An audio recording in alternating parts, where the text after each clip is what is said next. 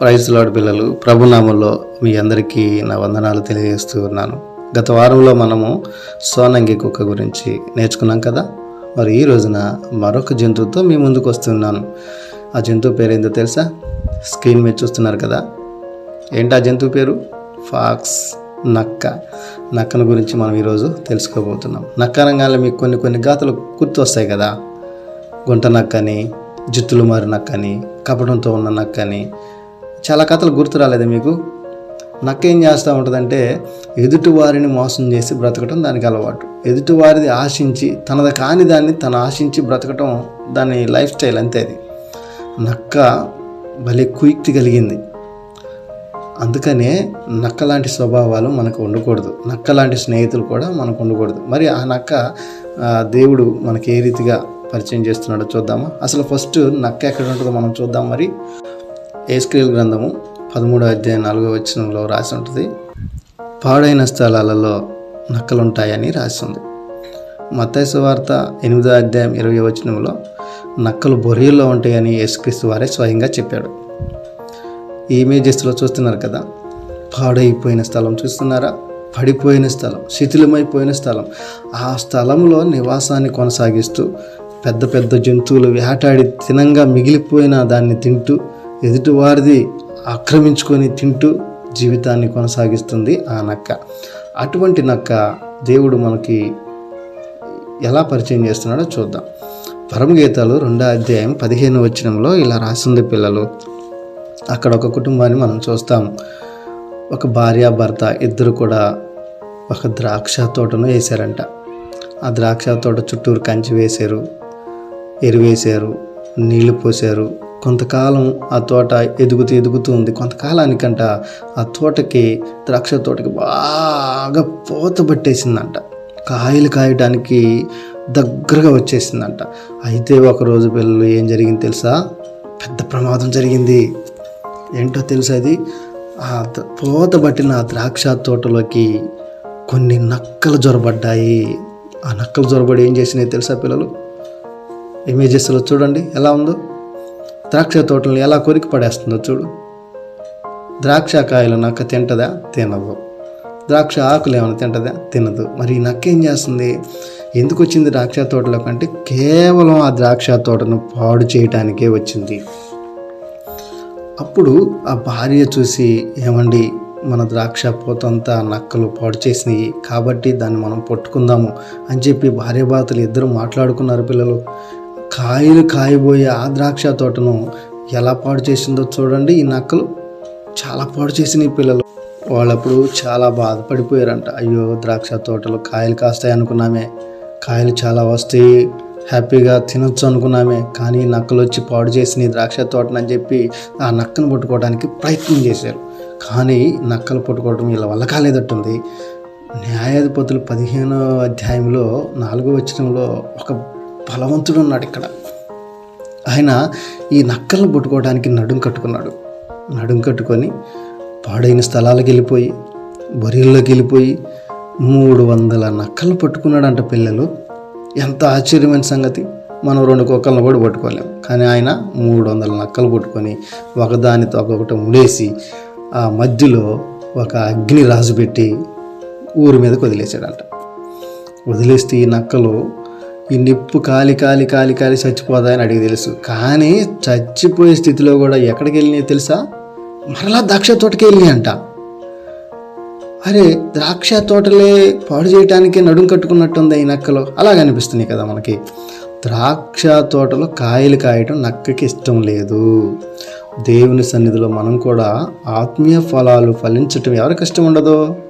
నక్కకి ఇష్టం ఉండదు. అందుకనే మన పోతగా ఉన్నప్పుడు ఏం చేస్తాడు?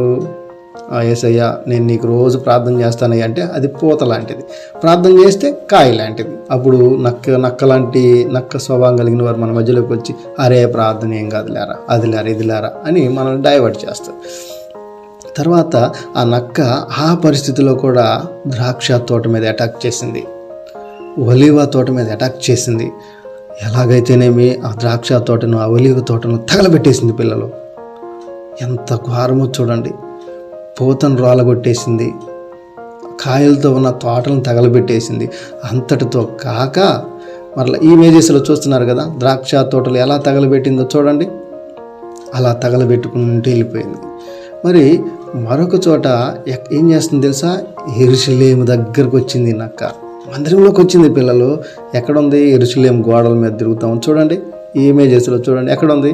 యెరూషలేము ప్రహరీ గోడ మీద తిరుగుతూ ఉంది. మరి పాడైన స్థలాల్లో కదా నక్క ఉండాలి, నిర్జీవమైన స్థితిలో కదా నక్క ఉండాలి. మరి మందిరంలోకి ఎందుకు వచ్చిందంటే చచ్చిన వాళ్ళు మందిరంలో ఇంకా ఉన్నారని అర్థమవుతుంది మనకి. చచ్చిన వారు ఎవరో తెలుసా? సంఘంలో ఏ పని చేయని వాళ్ళు, సంఘానికి సరిగా రాని వాళ్ళు, సంఘంలో నక్కలాంటి అబద్ధాలు ఆడుతున్న వాళ్ళు, దొంగతనాలు చేస్తున్న వాళ్ళు, వీళ్ళందరూ చచ్చిన వాళ్ళతో సమానం. ఆ చచ్చిపోయిన వాళ్ళ కోసమే మందిరంలోకి వచ్చింది ఆ నక్క. అర్థమైందా పిల్లలు? ఆ నక్క మందిరం గోడల మీదకి ఎక్కి ఆ గోడల్ని కూల్చిపడేస్తుంది. ద్రాక్ష తోటలను పాడు చేయడమే కాకుండా ఇప్పుడు మందిరంలోకి వచ్చి మందిరాన్ని పడగొట్టే ప్రయత్నానికి ఆ నక్క దిగజారిపోయింది. అందుకే పిల్లలు, ఈ నక్క లాంటి స్వభావం కలిగిన వారు మన ఫ్రెండ్స్ ఎంతోమంది ఉంటారు. మంచి మాటలు చెప్పినట్టే ఉంటారు, మనల్ని పాపంలో పడేస్తారు. అబద్ధాలు చెప్తారు, కానీ మనకు మంచిగా అనిపించేటట్టు చెప్తారు. మనల్ని మోసం చేసి మనల్ని మంచి మార్గంలో వెళ్లకుండా, దేవునికి దగ్గర అవ్వకుండా మనల్ని ద్రాక్ష తోటలను పాడు చేసినట్టు మనల్ని కూడా పాడు చేసే నక్క. అందుకే దేవుడు అంటాడు, హేరోదుని రాజు కాదు అతనేమన్నాడు? నక్క అన్నాడు. హేరోదు రాజుకి ఏం పేరు పెట్టాడు దేవుడు? నక్క అని పెట్టాడు. మరి ఈ రోజున మనం కూడా రాజకుమారులం కదా, యేసుక్రీస్తు రాజు అయినప్పుడు మనం కూడా రాజులం కదా. మనకి దేవుడు ఏం పేరు పెడతాడు? రాజకుమారులు అంటాడా? అరే నక్కవరా నువ్వు అంటాడా? ఎప్పటికీ అనడు దేవుడు.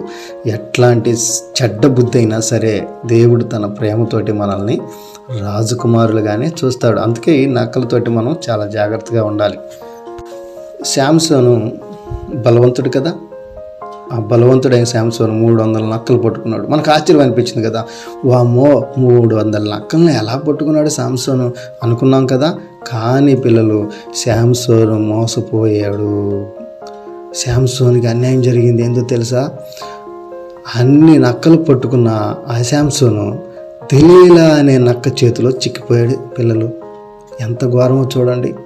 ఆ దెలీలా అనే నక్క శాంసోని జీవితాన్ని నాశనం చేసి పడేసి, శాంసోను కళ్ళు పెరిగేసేదాకా, శాంసోను చచ్చిపోయేదాకా ఆ దెలీలా నక్క చేతిలో చిత్రవదలు అనుభవించాడు శాంసోను. మనం కూడా మన జీవితాల్లో దెలీలా లాంటి నక్కలను మనం పట్టుకోకపోతే మన జీవితం ఏమవుతుంది? శాంసోన్కి అయితే మనకు పడుతుంది. కాబట్టి పిల్లలు, మనం చాలా తెలివిగా మనం ఉండాలి. మనకి శత్రువైన సాతాను బారి నుంచి తప్పించుకోవాలంటే దేవుడు ఏమన్నాడో తెలుసా? మెలకువ కలిగి ప్రార్థన చేయండి అన్నాడు. మనం ప్రార్థన చేస్తేనే ఈ నక్కల నుంచి మనం తప్పించుకోగలం. దేవుని సహాయం అడిగితేనే మనం ఈ నక్కల గురించి తప్పించుకోగలం. మరి ఈ రోజున కంఠస్థ వాక్యాన్ని మనం చూద్దామా? మరి రోమాపత్రిక 8వ అధ్యాయము 31వ వచనంలో ఇలా రాసింది, ఇట్లుండగా మనమేముందాము, దేవుడు మన పక్షమునుండగా మనకి విరోధి ఎవడు? దేవుడు మనతో ఉంటే, దేవుడు మన పక్షానుంటే ఎన్ని నక్కలు మన మీద దాడి చేసినా మనకి ఏ హాని జరగదు. దేవుడు శాంసోనికి తోడుగా ఉన్నంతకాలం ఏ నక్కలు కూడా ఏం చేయలేకపోయినాయి. కానీ దేవుడు ఎప్పుడైతే శాంసోన్ జీవితాన్ని బట్టి దేవుడు వదిలేశాడో అప్పుడు దెలీలా చేతిలో చిక్కిపోయాడు. దెలీలా నక్క చేతిలో చిక్కిపోయాడు. తన జీవితాన్ని పతనమయ్యాడు. మీరు ఎవరైనా చెప్పండి, ఇట్లాంటి నక్కలు మీ మీదకి వచ్చినప్పుడు చెప్పండి, నేను యేసయ్య కుమార్తెను, నేను యేసయ్య కుమారుణ్ణి, దేవుడు నా పక్షాన ఉన్నాడు అనగానే ఆ శత్రువు ఏమవుతాడు? మనం తరవకుండానే పారిపోతాడు. ఇంతవరకు మనం నక్క గురించి తెలుసుకున్నాం కదా పిల్లలు. ఈ గుంట నక్కలతోటి, చిత్తులు మారి నక్కతోటి, కపటమైన నక్కతోటి మనం చాలా జాగ్రత్తగా ఉండకపోతే మన జీవితాలు నాశనం అయిపోతాయి సంవత్సరంలాగా. కనుక మనం అలా ఉండకుండా ఈ నక్కలో నుంచి మనకు దేవుడు ఏం సెలవిస్తున్నాడంటే ఎన్నో జాగ్రత్తలు మనకి చెప్తున్నాడు. పూత పూసిన వెంటనే రాలగొడుతుంది నక్క, కాయలు కాసిన వెంటనే తగలబెడుతుంది నక్క. అట్లా ఉండకుండా ఉండాలంటే దేవుడు దాని చుట్టూ కంచి వేయాలంటే మనం దేవుడికి దగ్గరగా ఉండాలి.